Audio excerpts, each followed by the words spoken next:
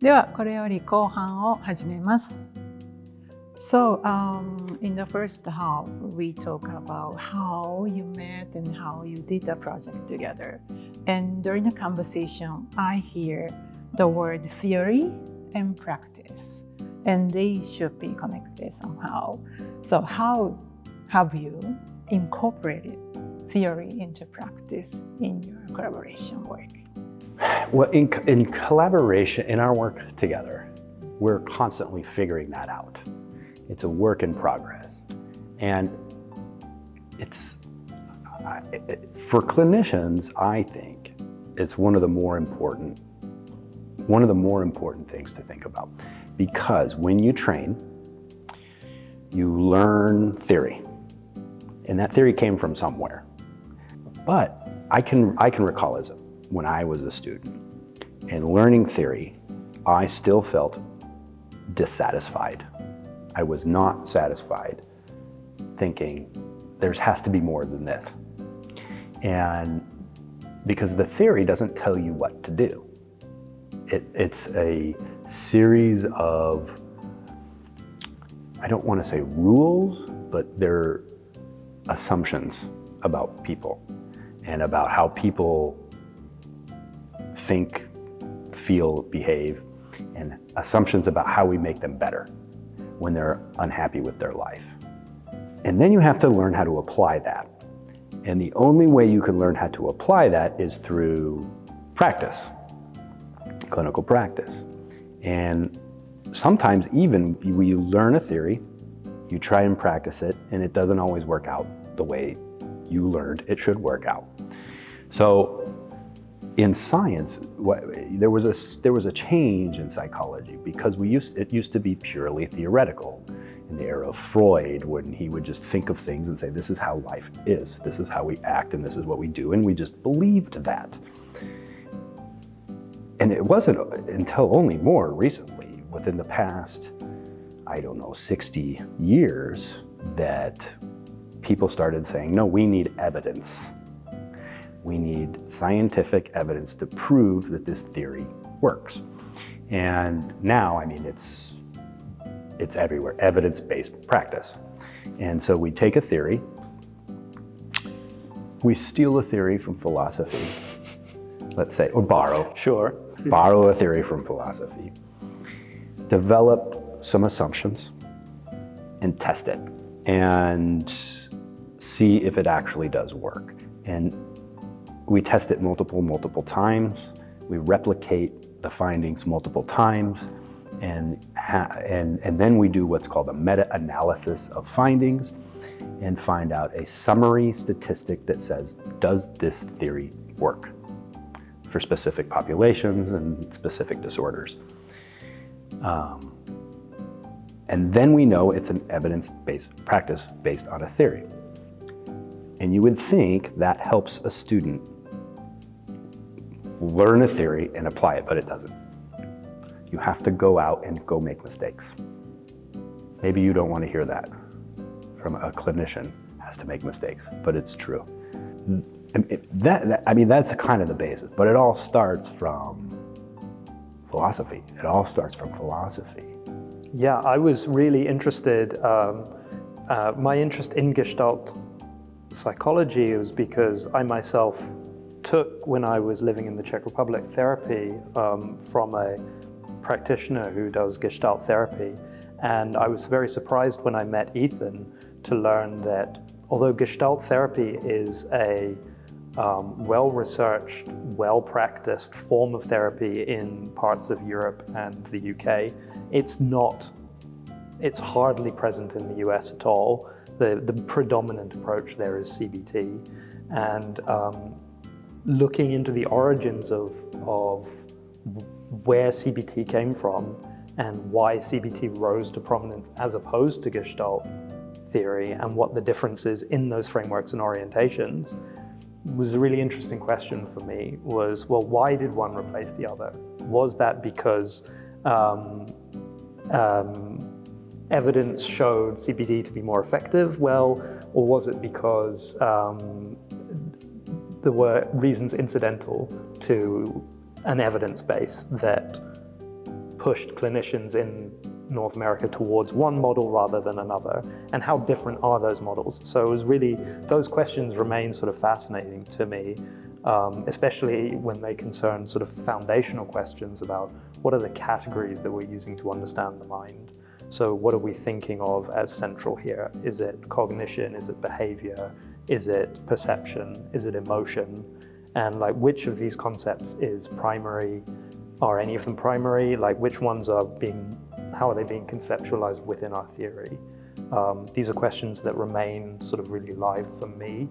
And also on a sort of question of the theory-practice relation, I was really interested to talk to Ethan and his colleagues to see how far does it matter in actual clinical practice, whether you come from a CBT background or not. Like, how far do those categories, how far do they apply in the day-to-day practice, and how far do you sort of set aside any sort of particular framework to deal with the individual and their specific needs, whether or not dealing with them makes sense within your framework or not. So that was something that was really fascinating to me.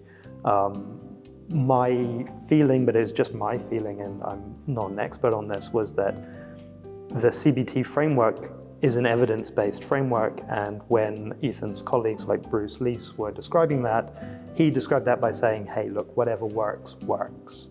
And that's actually stronger than saying, look, our framework is evidence-based. That's more broad and tolerant than that. That's saying, look, we need a pragmatic orientation.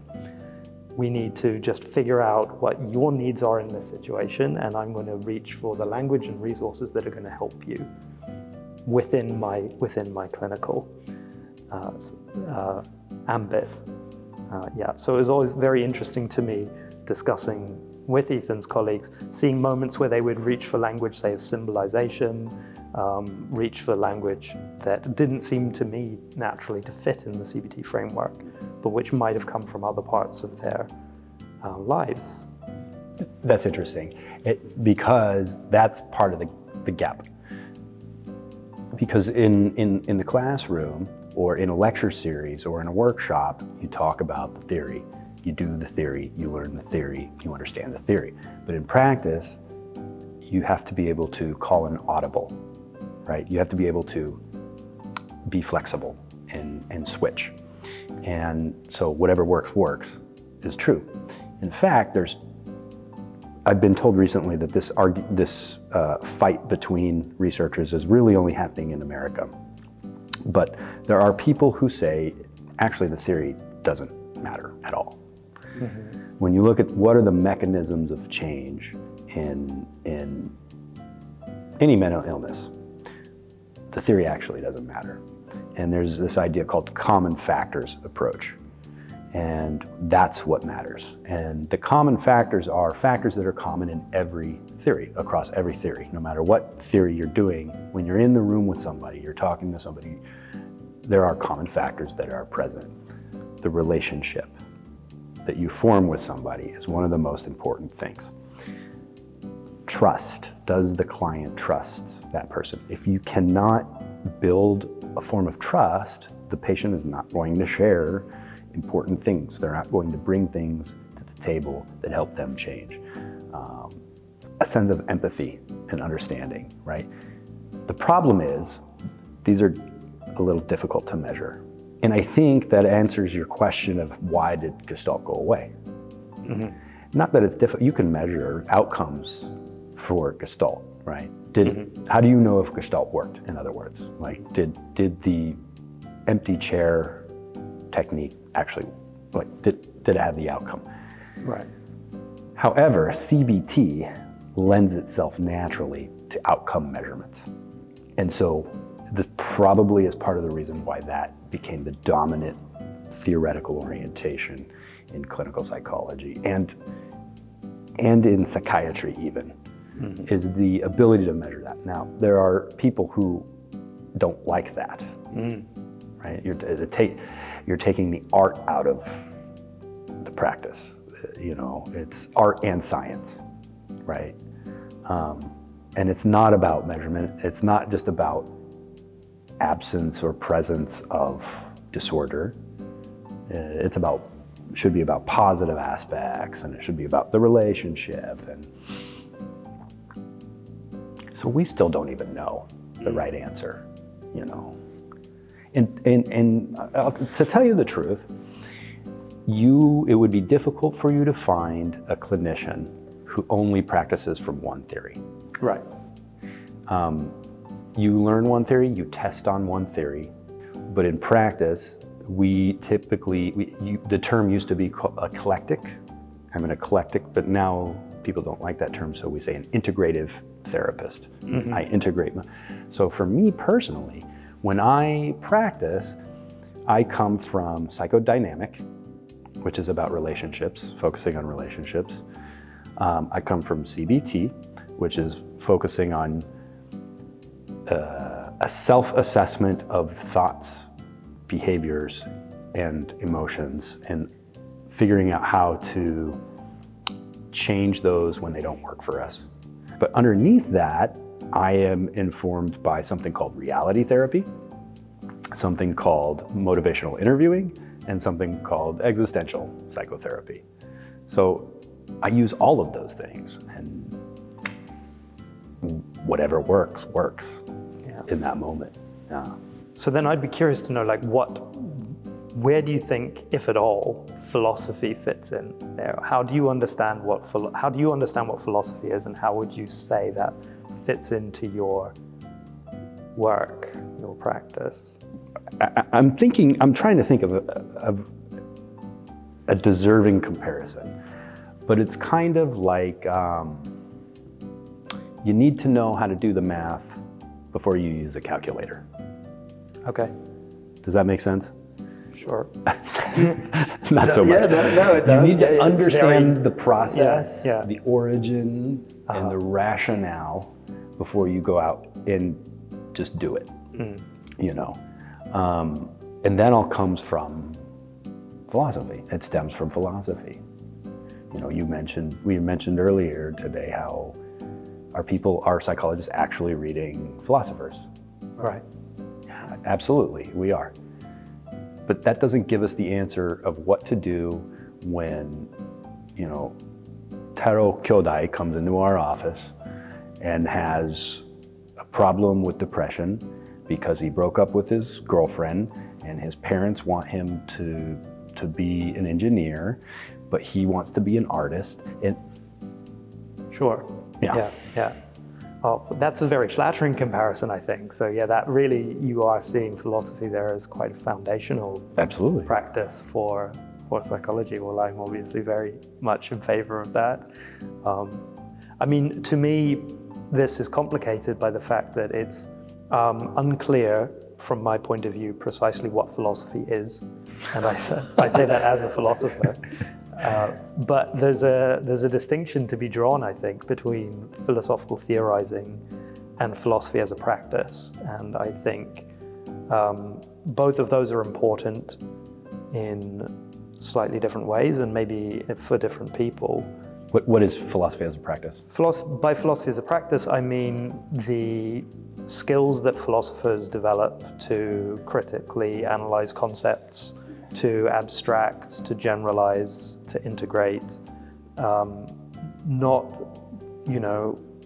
think what one learns from reading Kant's Critique of Pure Reason, for example, you can get a certain theory of the nature of reality and the work of the mind in constituting reality, if you like, and that theory will necessarily be extremely controversial.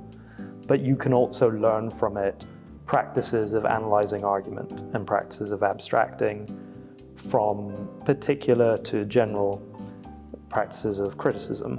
And I see part of the help of philosophy in psychology as developing those skills, helping develop those skills in the particular direction that philosophers do. That makes perfect sense to me because, you know, especially in CBT, what you're doing is giving patients skills to self-analyze, to critique their thoughts, metacognition, and teaching them how to self-monitor and then challenge themselves and use logic basically, right? Logic and reasoning to say, when I grew up, let's say somebody thinks that they grew up their whole life with their family telling them that they're worthless, they're not smart, they have no ability, and so they think that that's true. And what we would do is say, well, let's look at the evidence and analyze the logic of that statement. How often do you actually fail? When is it actually failure? How often do you succeed? What's the evidence against that? And can we shift that thought or that mental framework maybe that they have? We want to shift that maladaptive thought. Right, sure. Yeah, and I think that's very close to a lot of what philosophy does. I do think that there's that element to do with correcting error and spotting error and then finding ways of correcting it within thought that's common. I also think another commonality in both psychology and philosophy is that they are also creative and meaning-making disciplines. So as well as that work of, say, trying to correct a mistaken thought, you can try and reframe, or you try and make room for different ways of looking at or approaching the world, different ways of making sense of what's around you, finding different saliences, different things is important. And I think the critical work of philosophy sometimes is spotting errors and mistakes in arguments, but sometimes it's broader than that. It's just showing how concepts can open up in different directions. And we don't need to think of belief just as this. We can think of belief as something completely different, something shared between people, not something that traps me in myself, something that joins me together with others, or the different kinds of belief or contexts in which we speak of belief, for example. And that sort of work can lead you on to just a different perception of the world. So I think, that's an interesting point because, in CBT you would not work on meaning making. You would work on fixing one problem in a brief psychotherapeutic session. Right. But if you want to work more long-term, then you have to grab that existential piece. And let's talk about meaning making. We'll start from your life is meaningless. We'll start from there. And then we'll work on, you're alone in the world. Now let's work on how you find your own meaning and create your own meaning from that, right? But that's not part of the framework of Gestalt or CBT. I don't believe Gestalt. Right. I mean, what Gestalt has is an emphasis on perception, but it doesn't have necessarily an emphasis on meaning making. And you're absolutely right. That is missing from a lot of, which is why I grab onto that existential piece as well. I found this interesting talking to some of your colleagues, especially those who work in a theological context as well. If you're working with, or even just in a religious or a spiritual context, and I noticed that a lot of psychology these days is drawing from mindfulness traditions as well. And part of mindfulness is just a practice or an activity that's designed to refocus in certain ways. But it is also connected, or has been connected, to activities of meaning making. And if you're working within a religious community or a spiritual community, you're going to be bringing in language and assumptions, and that's going to be present for the person. That's going to go beyond necessarily what's given in a CBT framework. And so you're going to have to find some common ground between the religious life or the spiritual life of the person and the issues that they're presenting with in the CBT framework for dealing with those specific issues. Right? Yeah, it's not so much an issue in Japan, dealing with that, but in the United States, and I would imagine in the UK as well, it's a big figuring out how to integrate or manage religious and spiritual issues, completely different. Interestingly, the mindfulness has really only become popular within the past 10, 20 years maybe, but more like around there. However, the very first psychotherapy that I've seen on record that integrated mindfulness is called Morita therapy, and it originated in Japan 100 years ago. Really? I believe, I didn't know I that. think Kyodai was Morita sensei, I believe. So, which makes sense Really? because of the That, yeah. Buddhists and Yeah, you yeah. know, influences. Makes sense. But they were the head of the game in psychotherapy in Japan. Well, I think that's another really interesting dimension. Maybe we've been talking too much now anyway, but I think that's another interesting dimension to do with this, and to do with, well, what one commonality between philosophy and psychology is that they are, in a sense, bridging disciplines by their nature. So what I'm trying to do in philosophy is always to create bridges between texts, or between problems, or between ideas. And it's very difficult to do that sometimes when you have to work across cultures and across contexts. And I think that in psychology as well, especially if you're trying to work with people who are from a different culture, and every individual brings their own unique experience, there's always those bridging moments. Like, there's always those translation questions between the person that you yourself and the person that you're interacting with. So I guess in that way, maybe that's why collaboration between us came so easily, because both of our disciplines instill this kind of virtue anyway. There's a necessity for bridging just built into the practices themselves, I think. So your experience of the project, and after that still continuing collaboration and conversation is reflecting the how interdisciplinary collaboration could be. What do you think?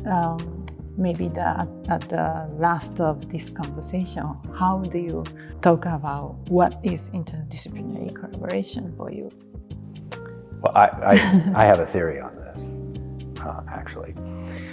It's very simple. I mean, theory sounds big.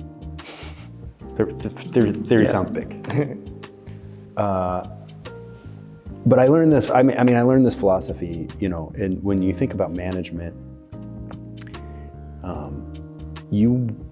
I want to build a circle, a group of people who could grow together. You know, and who can advance their careers and advance their research and find discovery together. And in order to do that, you need to find certain kinds of people.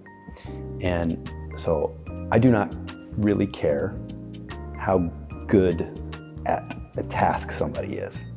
I look for people with good hearts. And you find people with good hearts, you'll always, eventually you will create something good when you collaborate with them. You know, so I mean, you also want people who will do what they say they're going to do, people who will follow through, people who have good hearts, and people you can trust. And that's basically all you need in a person. But the other part of this is, once you find people, is now here's my big theory, and it's very simple.